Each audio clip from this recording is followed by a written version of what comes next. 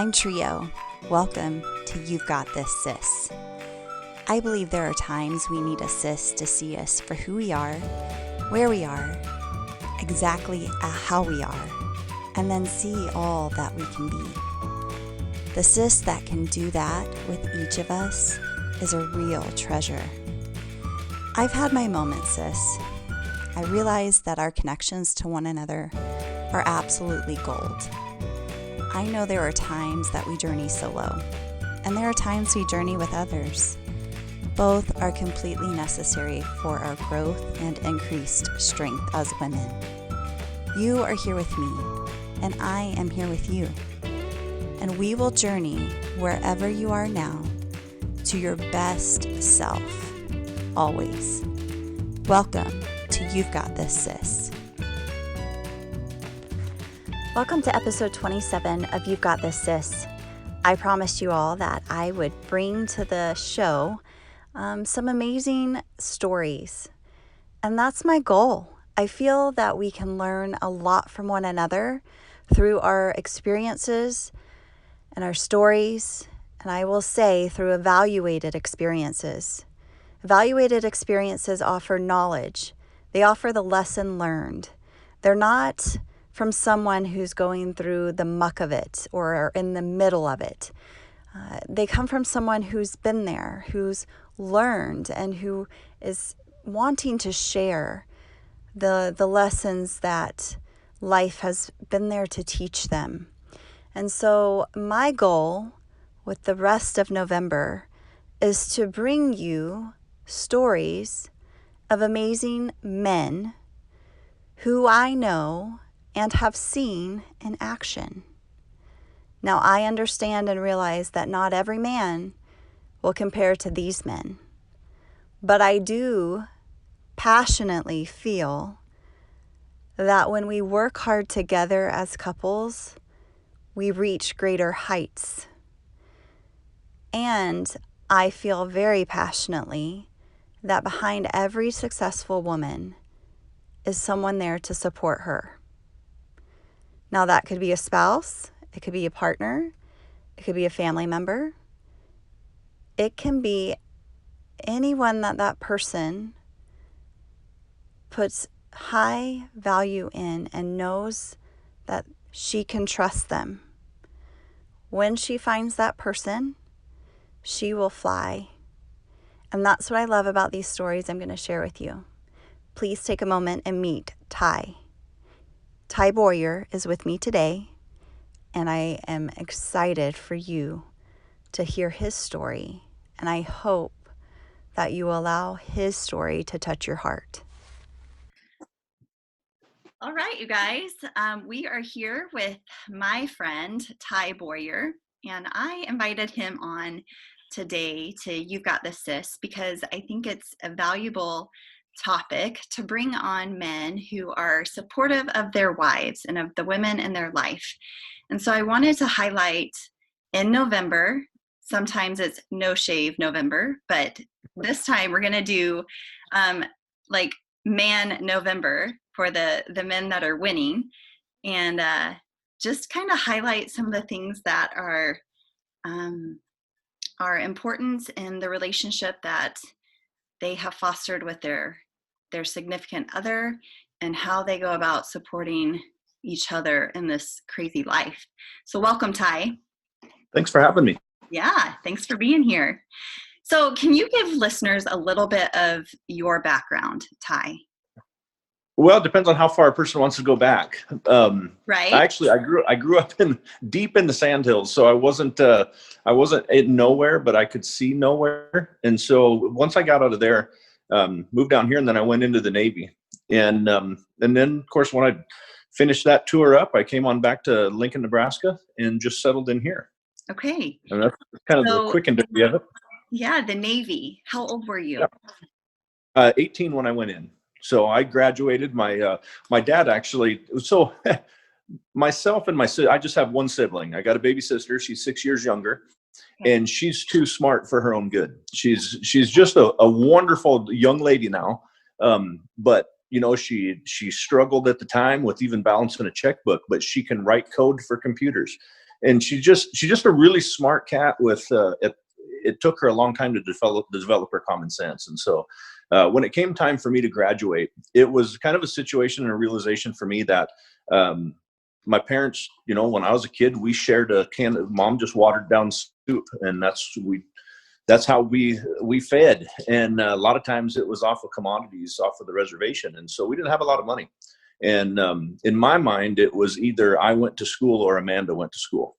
And I went into the service just so that the Navy would pay for my education and my sister could go to college. Wow, Ty. Okay, you guys, listeners, this is why he is here. Do you hear his heart?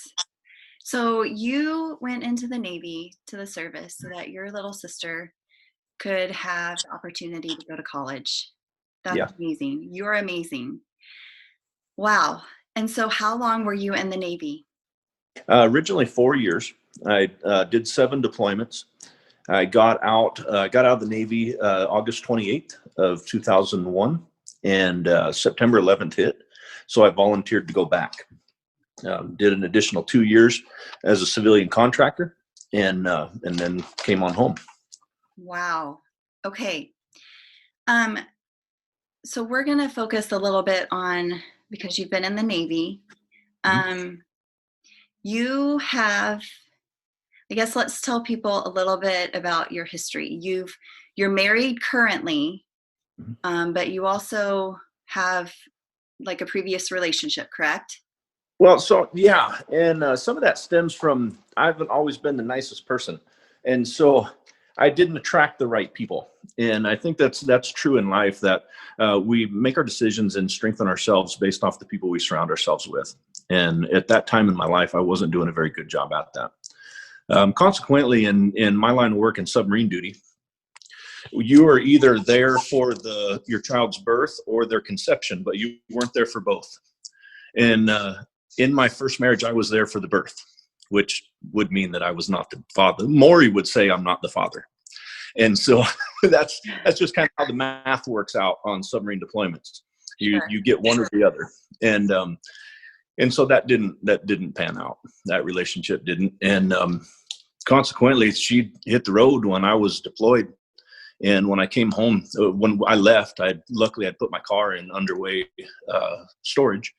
And when I come home, I had my sea bag, which is my backpack, my sailor backpack, with three sets of civilian clothes and 4 sets of uniform. And that's all I had left to my name. I came home to an empty apartment, pictures, silverware, everything was gone. It was completely empty, like no one lived there.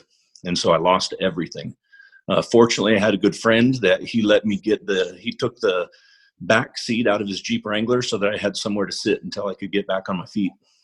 And so it was just kind of a hard restart, but it put back into, to be honest with you, I was so happy to be rid of that toxic relationship that it didn't bother me to not have anything. It really let me put into perspective what my goals needed to be and not what they were.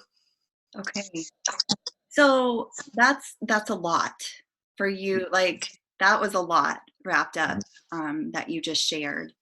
And I love how you started it off where you talked about you attract the people based on how you come across and in this style of, the way that you're living life at the time. Are you in contact with her now? Or no, I'm not. Yeah, No. so you've let it go. I do see that you have contact with your son, right? Yes, but he's actually from when I was in high school. That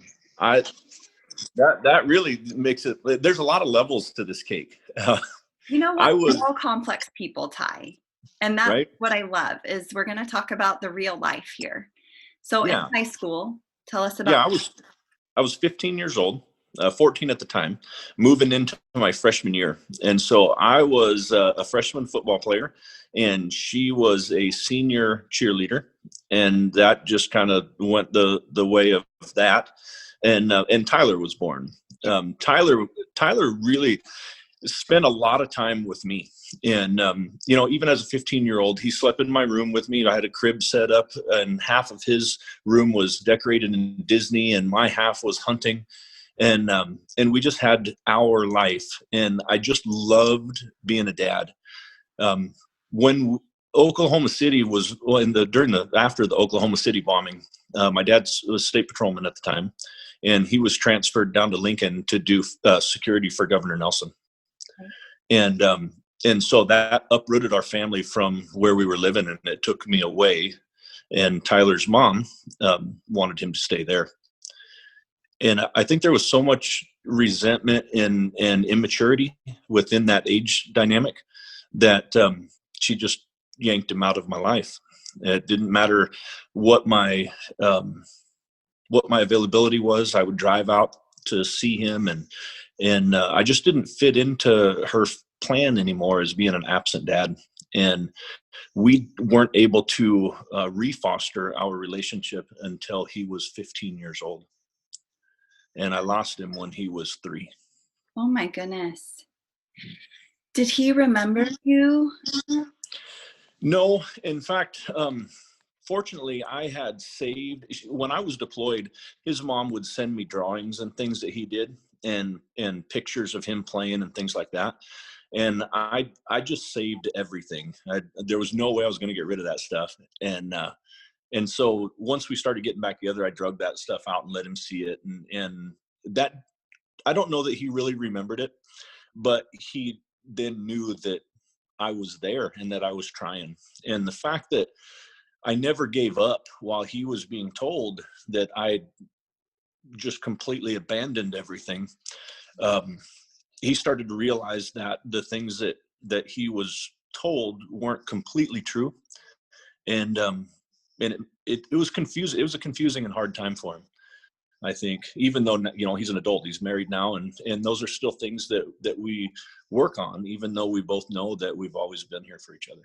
I love that. And a lot of us know that have 15-year-olds, how difficult that can be anyway, and confusing just under normal circumstances. So for him to be trying to figure out, that relationship with you and the things that he was told, that's really understandable. And what an amazing young man,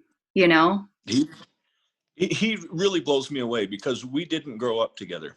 And that's really weird to say now, because he's like 6'8" and 325 pounds. He plays semi-pro football, and he makes me look like the child. And I'm not dainty. And so you're not. when I talk about my little boy, I usually just call him my baby boy, because it's completely opposite. It's like calling a big guy tiny. Oh, okay. But yeah, it's That's nice. awesome. That's awesome. Okay, I'm glad we were able to highlight that story too, because I think, that shows what I am hoping listeners can see, is that there are circumstances in life in which we all let our colors shine.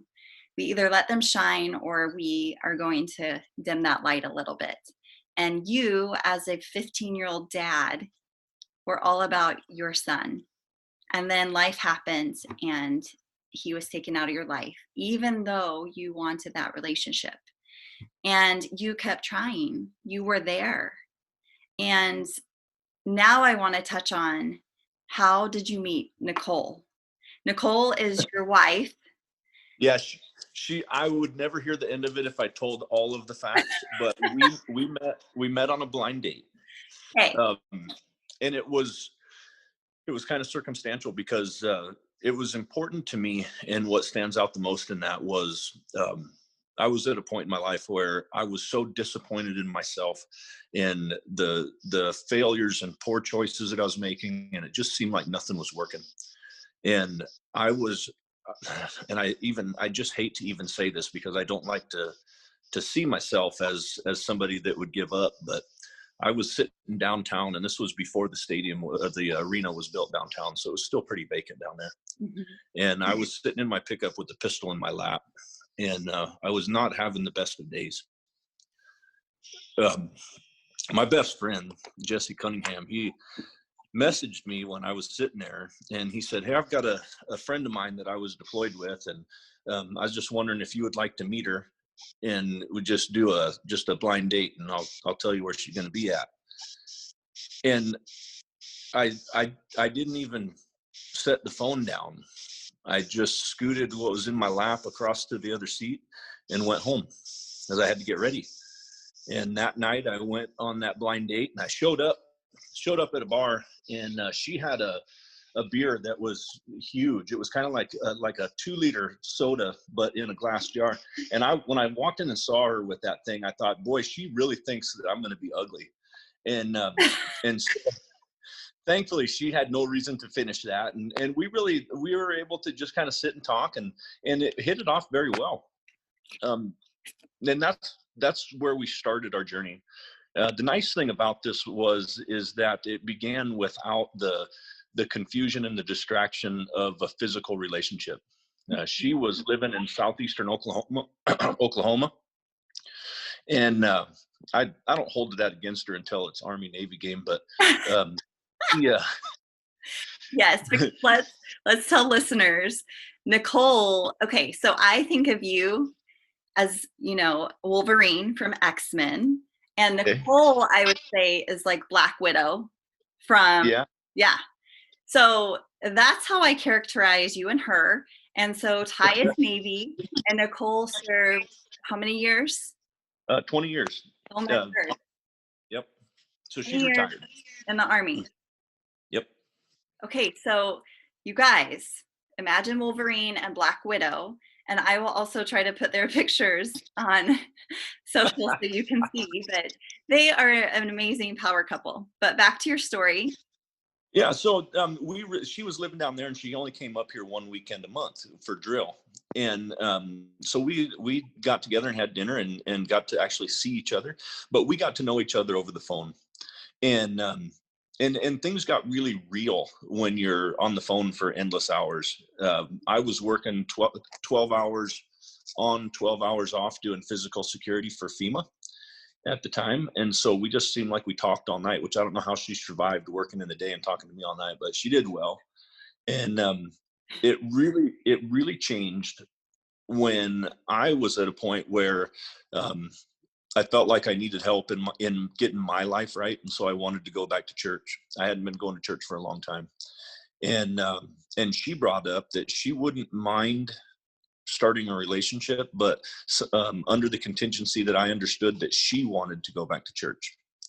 Okay. And that was when I knew that our paths were successful to cross. Yeah.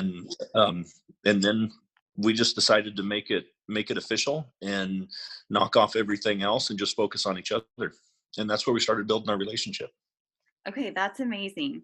So you went years, both of you guys did, kind of without religion, things like that in your life. And then when you guys started to date via long distance, get to know each other, you kind of had the sense that you wanted some religion, or you wanted, Christianity back in your life, and she did too.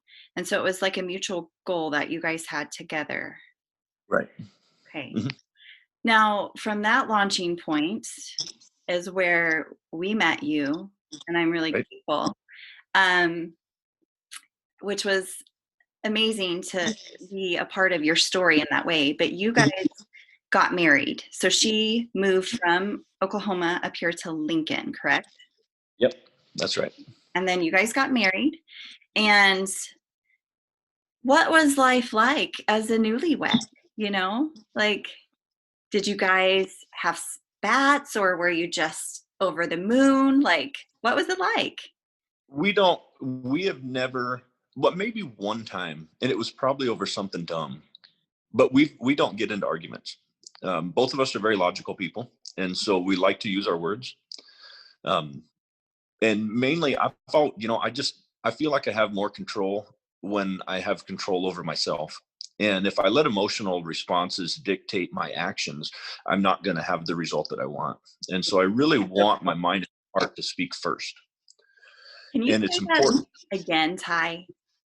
That was so, that was amazing. when you let emotional responses dictate your actions, it's really not going to end up maybe how you would. Right. Yes, we have to. We all know how we feel, and we should always appreciate and recognize the way other people can feel. And when we're led by our heart and our mind, we're able to have successful communication. But you've got to be willing to have those hard conversations. It's not to say that you don't have them or you don't have trying times, because everybody does. Everybody does. And some bigger than others, some more often than others. But a lot of those trying times can be diminished when we lead with our heart and when we appreciate the other person. That's so beautiful. I am glad this is going to be recorded because I'm going to have to listen to that over and over again. To me, that's the truth that you just spoke. And I love that because we do need to listen to others, and we're all entitled to our own feelings, but we don't want to diminish another person by allowing our feelings and emotions to win, per se. Yes. Yeah, when we put ours in front of somebody else's, that's the same as saying that yours don't matter as much as mine do. And right or wrong really isn't as important as knowing that that other person recognizes that you consider them, Hmm. that you, right? Right, right. Okay, so I love that you guys are very logical people and that you talk about things, you use words, like you said. How long were you married before you guys uh, had your own kiddos? Well, we tried for a long time. We weren't able to get pregnant on our own, and I think a lot of that had to do with my service disabilities. And so, um, you know, I always blamed myself. There's a scripture that men will be punished for their deeds, and I thought for the longest time that that I wasn't able to have children because of the things that I'd done, and so that really hurt me on the inside. And I didn't voice that a lot, but I always just figured it was my fault. And so Nicole and I, we um, did a couple things before we did the successful one, and the others were not successful. We did get involved with IVF, and so um, we had, let's see here, 7 embryos that took, and the first 2 that we did the IVF with was resulted in a dual tubular pregnancy. Wow. And so that sealed the deal on how many more embryos we were going to get. And so the next set, because they went in 2 embryos at a time, our now 6-year-old won the battle, and that's when we had Ezra. And so yeah, he's well, kind of like a toothless jack-o'-lantern right now, but he was Nicole and I's first blessing with children. But it was a battle to get there. Wow. Um, Ty, you have such a heart of gold. And I hate to hear that you punish yourself, you know, Yeah. inside. But I think that it's something that all of us can relate to because we're our own worst critic in so many ways. And we beat ourselves up on so many levels. Whether or not we tell somebody about that, we Right. all do it. And I love that you and Nicole had Ezra. um, what did you find that you could do during that time that offered the most support for her during IVF? I That's know that's really fun. a tricky process, but It is tricky, and it's a helpless one, really. That was the biggest problem from a guy's perspective with IVF, was that there's nothing we can do. We're not getting I'm not getting Nicole pregnant the traditional way. The doctor's doing all that work, and then, like with any pregnancy, whether it's IVF or not, you're really there just for moral support. But the woman is really making all those physical sacrifices and emotional sacrifices. And it's important for them to know that they're not in it alone, but they really are. And so I think the best thing that I might argue with this, because I probably did a lot, but not making me a priority at all, really making her know that she is doing something that, that God created her to be able to do. And not all women have that ability. And that breaks my heart to think that um, that a woman or a young woman is not able to do what they expect their body to be able to do, because there's a lot of women that struggle with that, and that's a real issue in their life, that they don't know that they I don't know. Nicole was afraid. The reason this stands out is because she had told me when we were trying so hard and not able to get pregnant that she felt defeated, in that she wasn't able to be a woman in the way that she thought she needed to be. Mm-hmm. And so I was so proud of her when she was pregnant, and she was so happy to be pregnant. She was sick all the time and happy all the way through it, because she knew that that was a gift. And for me, it was to be supportive and to let her know that anything she needed, I would do. Oh my goodness. Ty, anything she needed, you would do. And you made her the priority. What an amazing person you are and she is. Um, so you guys have Ezra. He's 6. Yep. And then when did you decide, did you know you would do this again? Well, I think so. She talked me into it. No, my goal in life, when I was a young teenager, when I had Tyler, my goal in life was to have 6 boys, or as many girls as it took to get 6 boys, and that was where my math was. And so I wanted a football line at UNL to all say Boyer. And then as the years went on, I knew that wasn't going to happen. So when she said, let's try again, I said, yeah, let's try again. That's fine. And we had another boy, and I was like, sweet, I'm close. I'm getting closer all the time. Well, as the math panned out, we have 1 embryo left.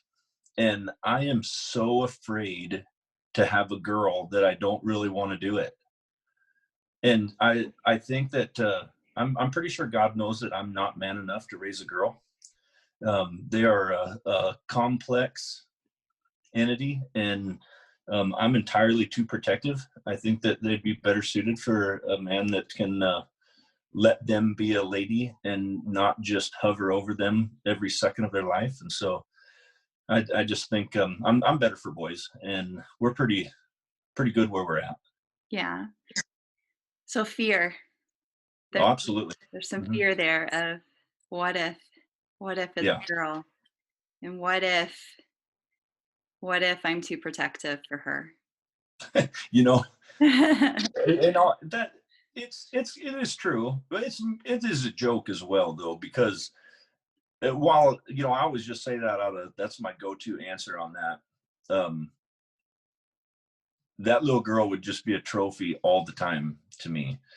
She'd have any dolly she wanted. I'd have tea parties. I would invite her to tea parties. She wouldn't even have to invite me. Aw. And so it's I'm a softie, Yes. and I'd baby that kid so bad, she'd be so spoiled that no boy would like her. And so I think that'd probably work in my favor.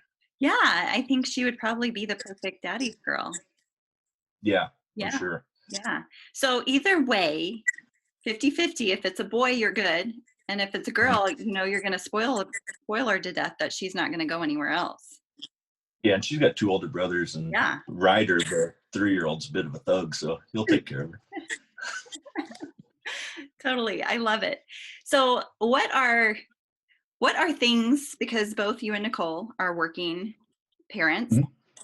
what are things that you do to help Nicole be successful as a working woman? Oh, there isn't a lot I need to do. There really isn't. She's the wonderful thing about Nicole.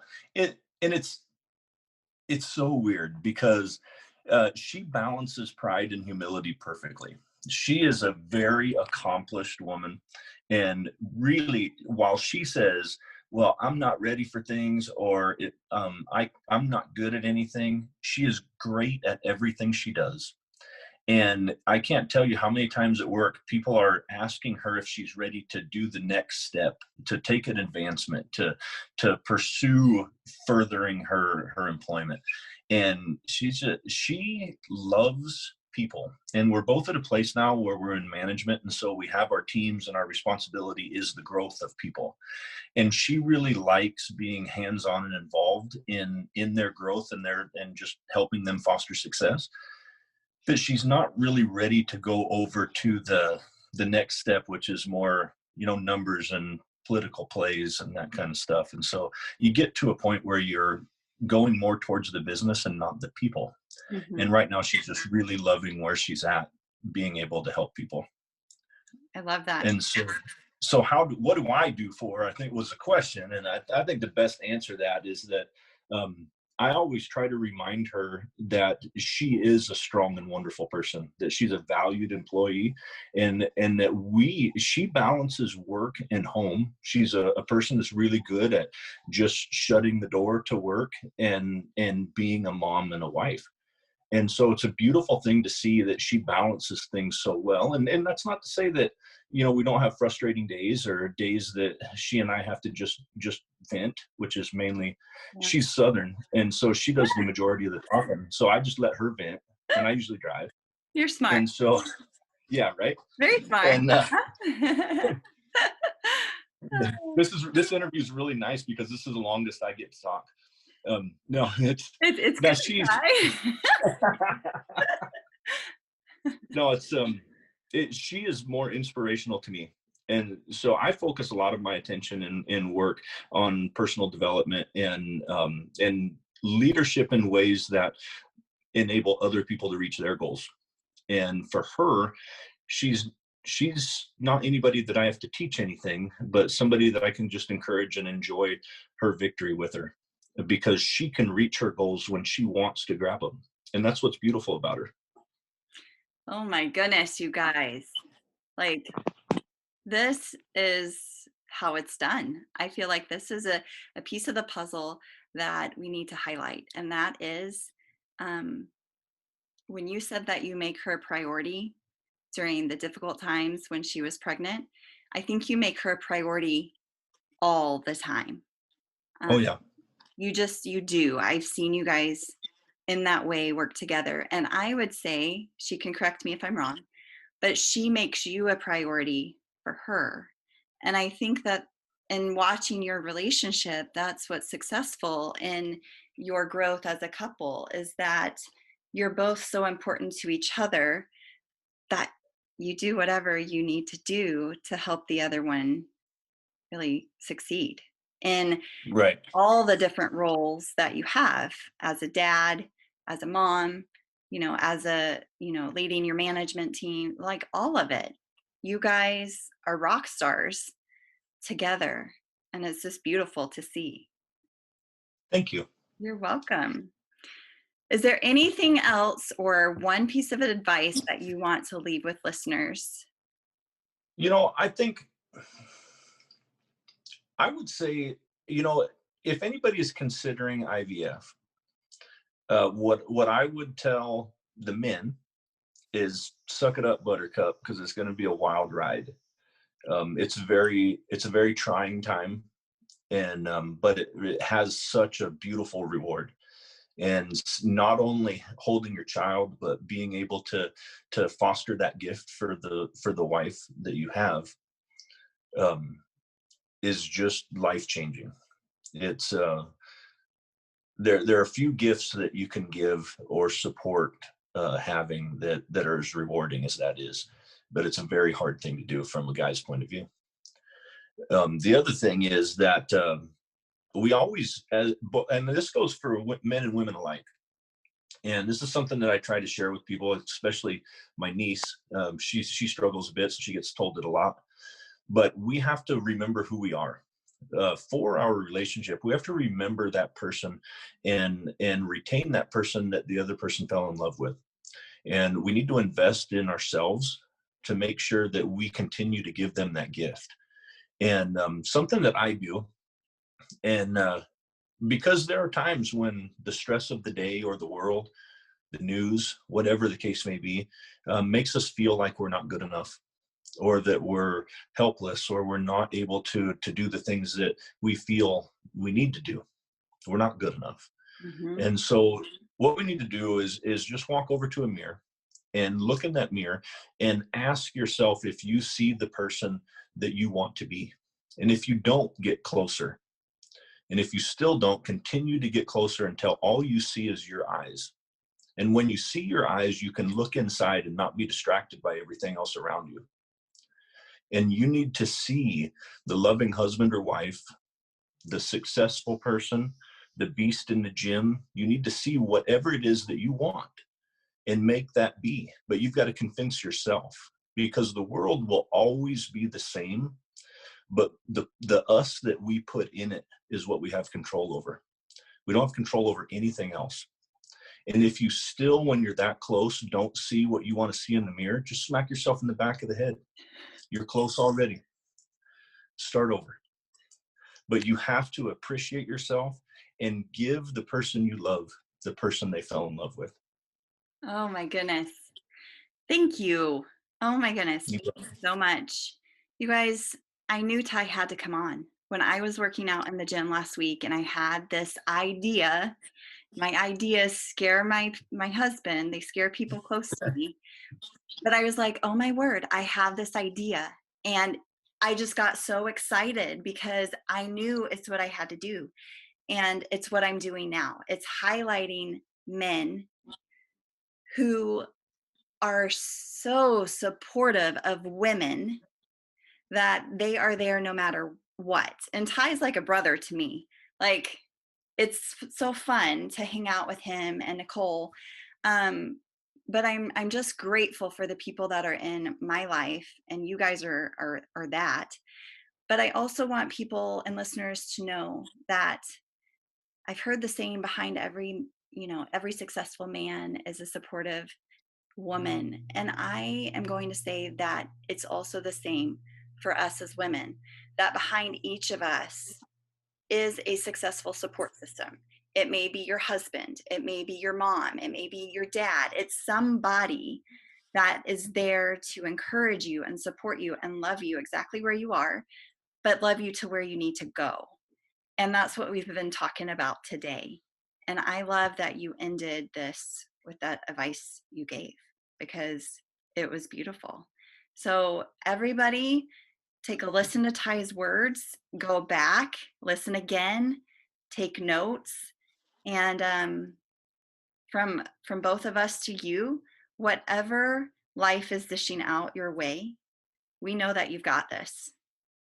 It can be hard. Absolutely. And it can be trying, but you are going to win because you've got this. Never lose your love for yourself. Amen. Thank you, Ty, for being here. You bet. Thanks for having me. It's You're always welcome. nice. I love what you're doing here, and I know that men and women alike, but primarily women, they need to just always remember that they're not alone, and that struggles are real, but they're also shared. And when we get together and when we support each other is when we're strongest. Oh, I say that a lot, and that's exactly what I'm trying to foster here. So yes, thank you, Ty, for reiterating that. Thank you for being here with me today. I hope that you have an amazing day and week. Until next time, sis, be sure to remember that you've got this. Also, go on and check out ygtsis.com. There you can find out what we're up to, podcasts, YouTube videos, and even the shop. Don't worry, it's a great place to be. It's a little bit of unwinding. It's a whole lot of real, and it's exactly what you need. Go check it out, ygtsis.com.